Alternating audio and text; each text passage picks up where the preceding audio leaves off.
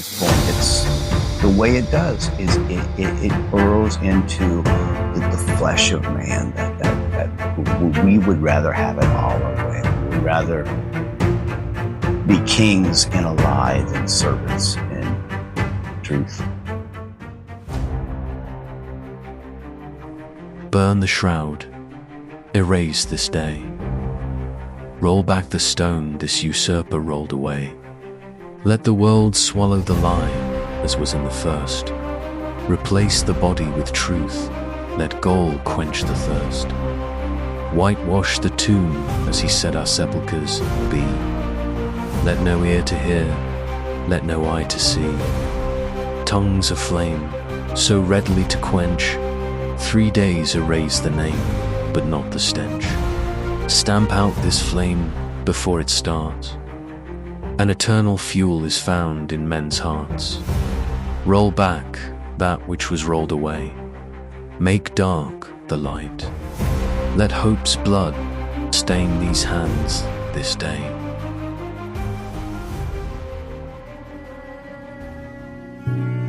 And when they were assembled with the elders and had taken counsel, they gave large money unto the soldiers, saying, Say ye, his disciples came by night and stole him away while we slept. And if this come to the governor's ears, we will persuade him and secure you. So they took the money and did as they were taught. And this saying is commonly reported among the Jews until this day.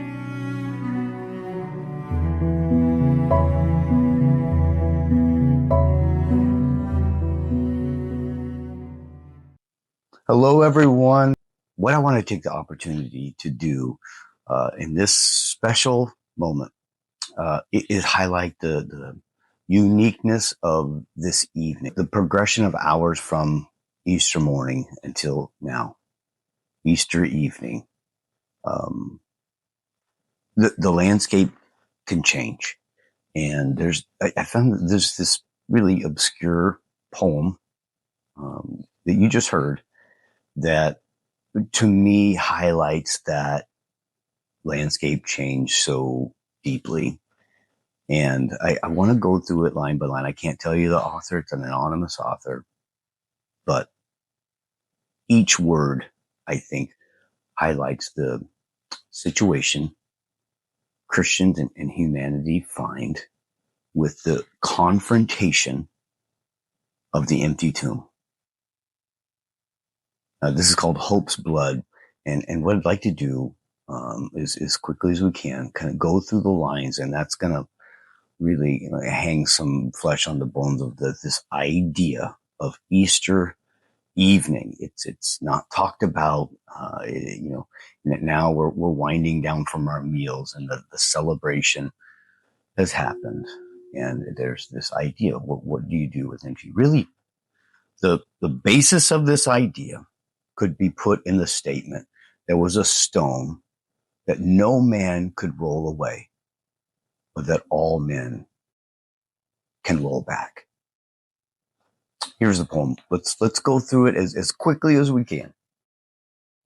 Now, this poem is written from the perspective of the chief priest of that day. And I am drawn to poetry like this anyway. I love the idea of poetry and prose being written from actual people, even though the author is not that person, but you get the springboard of all the information you have about that situation and that person and maybe even that thought pattern already laid out for you. So you get more depth into each word with this idea of who the speaker would be.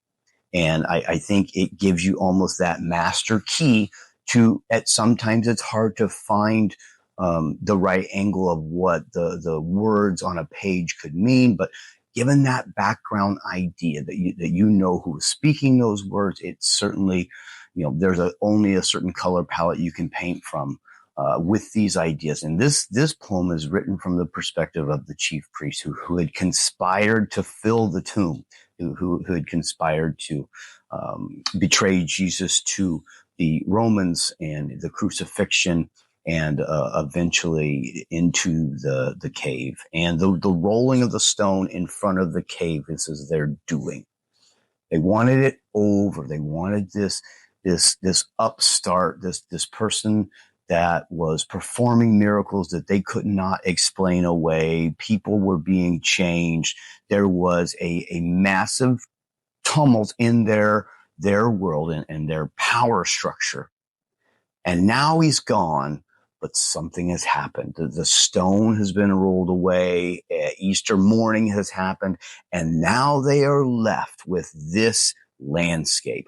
What do you do with a risen king? And this is their response. And I think the reason this poem touched me so much, and I wanted to bring to you in this moment, this Easter evening, is because I do think is it at a crossroads that all of humanity confronted with this truth of the risen king. What do you do now that you know? And maybe the chief priest's reaction in this poem and in scripture that you heard is more common, maybe throttled back, maybe a little more camouflaged, than, the bluntness of this poem. But maybe this sentiment is more common in the flesh of man than we like to. And that's why, to me, this poem hits the way it does, is it burrows into the flesh of man, that we would rather have it our way. We would rather be kings in a lie than servants in truth. Burn the shroud. Erase this date. Now that's pretty straightforward. The shroud is a burial shroud. This would be the first thing that someone would look for going into the tomb. In fact, what they did, it is mentioned the burial linens of the Lord. They are there. They are left behind. This is the first evidence, besides the stone being rolled away, is this shroud. So the chief priest is first to burn it, make it go away. Erase this day as if it never happened, as if the power to decide what is true and what is not, and what is for the people and what is not, and what God has said and what God has been entrusted in these men's hands, and it will not be readily wrestled away. They still want to decide the narrative of this nation. Burn the shroud, erase this day, roll back the stone, roll back the stone, put it back. Now, this is what I'm talking about. This is that landscape and confrontation that I am specifically speaking about. What do you do with a risen king? And how often we can be touched on an Easter morning.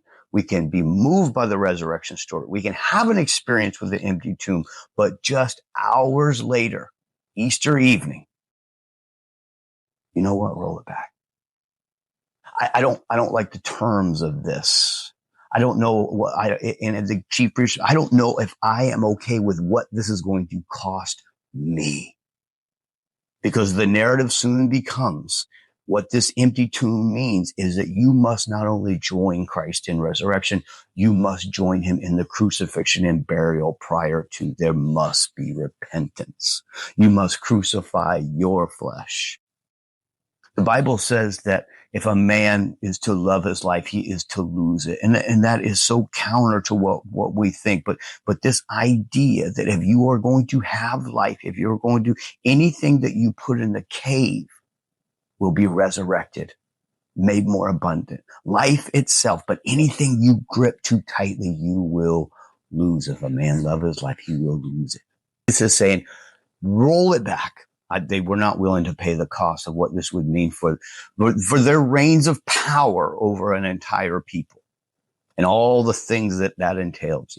The pomp and the circumstance and the meals and the feasts and the bows in the marketplace and the long robes and the titles and the big hairdos and the conventions. It's telling the way they label Jesus as a usurper. And an usurper is someone who has come to take your power, come to take a throne unrightfully. And it not only is very telling of the way they see Jesus, but the way they see themselves. this throne, this king. And on Easter evening, this, like I said, this is maybe more common than we'd like to admit, is we do see ourselves as rulers of our own world and our own bodies and our own talents and our own health, even though all those things can be gone in an instant. If we are to love them, we are to lose them, we are to join him, put it in the cave and let it be resurrection. We must crucify our flesh. But they said, no, this usurper, he's come to take away what we have. Let the world swallow the lie as was in the first. Now that you've got to know a little bit about the Garden of Eden. You got to know about the fruit of the knowledge of good and evil. And he says, just let them swallow that lie again, as was in the first. Let the fall of man happen again. Let them ingest this lie that they are about to perpetrate by rolling the stone back, by paying off soldiers. Let mankind ingest the lie again. And this is one of my favorite lines in the poem. Replace the body with truth. This grave, if we could not hold the body down, put truth in there. And if the body has been resurrected, then now we murder truth. It says, let gall quench the thirst. Now, gall was a mixture that was offered to Jesus on the cross, and it is seen as a antiseptic and almost a painkiller. And Jesus refused this because he would not be alleviated from the pain that the cross brought. And he did that for us. But it says, let gall quench the thirst. They're speaking of the thirst of the crowd. Let the pain go away. Let the questions go away. Drug and drink and entertain and scroll and like. Let all of that nullify this conviction that the grave is empty. Roll it back. Just whitewash this tomb. As he said, our sepulchres be. Jesus had said something to these men that I think really stuck in their craw, as Southern people like to say. He said they were whited sepulchres and filled with dead men's bones. On the outside, they looked nice. They had been cleaned and washed. And this is saying, whitewash the tomb. And what a call to Scripture these next two lines are. Let no ear hear, let no eye see. And that kind of first reads like the cover up, right? Like, don't let anybody see what you're doing. Don't let anybody hear what you're about to do. But also this is a not very veiled allusion to what Jesus, he that hath an ear, let him hear. He that hath an eye to see, let him see. This is talking about the truth. And these men are saying, confronted with this empty tomb, they would rather kill the truth. Let no ear hear, let no eye see. Tongues of flame. And this is a projection. If this was in a moment of time, this line would be almost a prophecy of what is about to happen in the upper room in Pentecost, where it says flames set above their heads and they spoke in tongues. It says these tongues of flame so readily to quench. They could do it now while it's just a spark. If we quell this now before it gets out of control and men change, men are reborn, and we really lose what we have here in control of these people, tongues of flame so readily to quench. Now, this is my very favorite line in the poem. 3 days erase the name, but not the stench. Now, this is a direct to you if you know the story of Lazarus. This was a crossroads, and it is a pulling back of the mask of the way that humanity sees eternity and death.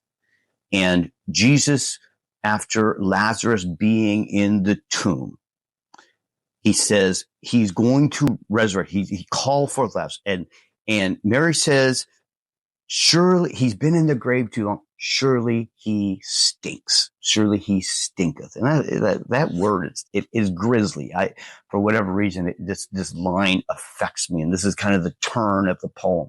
And it says, 3 days will erase this name, this Jesus, this usurper, this upstart. It just 3 days They'll go away, roll it back. He's been in there 3 days, but it will not erase the stench, this signification of death, of the fall of man, this idea, this personification of fallibility and death and what they did to him on the cross. That will permeate through all of history. The name will have died in 3 days, but the stench of what they've done, the murder, what they've done, and the fact that they could do it, it'll carry on. Stamp out this flame before it starts. They see this empty grave is a problem. And you know what? For us, it is for our flesh. We're not chief priests, but all of us we have this kingdom we call self. And the empty tomb is a problem. It is a problem for that side of man because of what it means and what it demands. And in this evening, in Easter evening, question is, will you roll it back? Stamp out this flame before it starts. And eternal fuel is found in men's hearts. There can be change.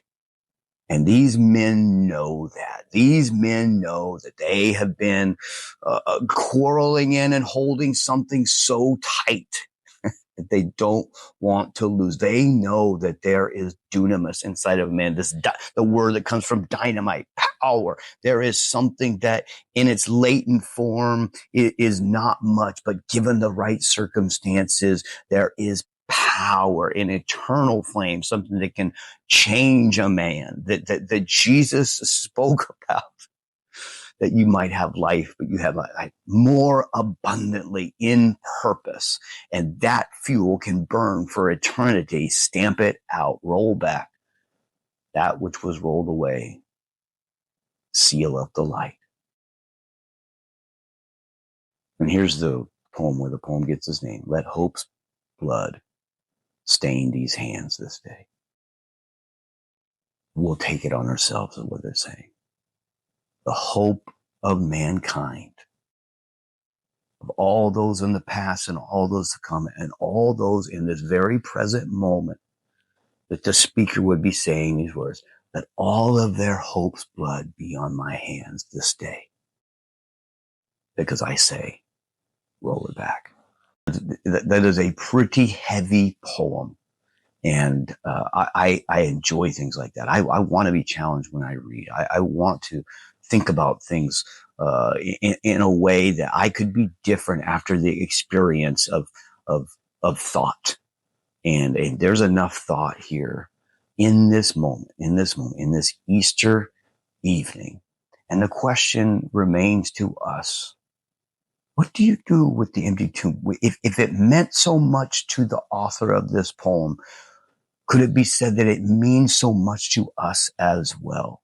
And that by going into our Mondays and Tuesdays and Wednesdays and the rest of our week, and the empty grave and the resurrection gets further behind us, the feelings we felt just an hour ago begin to wane.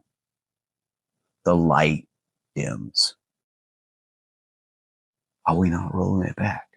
There was a great event at our church earlier this Friday. People being baptized, being born again. And I think, and I remember back my time doing that, and the tumultuousness of the days and weeks to pass. It's a constant crossroads. Am I willing to pay the cost like these chief priests? Because it does cost you something to be made new. A lot of times you lose friends. A lot of times you have to cut out habits. A lot of times there's this new voice and conviction within you that, it has some opinions of the way you talk and interact with people and feel about people and things you need to ask forgiveness for. And it's a heavy weight, and sometimes we want to take that weight and put it back. Put it back. Roll the stone back. This is harder than I expected it to be. I want you to know this Easter evening, I'm praying for you. This is a heavy moment. This is a crossroads in everyone's life, whether you've been walking with God your entire life or for a few hours now. This moment is always a crossroads because we have been made new again. We have been reminded of this story, this event that has changed our life. And what do we do with that reminder? I encourage you to commit anew. Just as this day signifies something new, let our commitments also be new. I love you. Praying for you. And I'll see you in 7 days.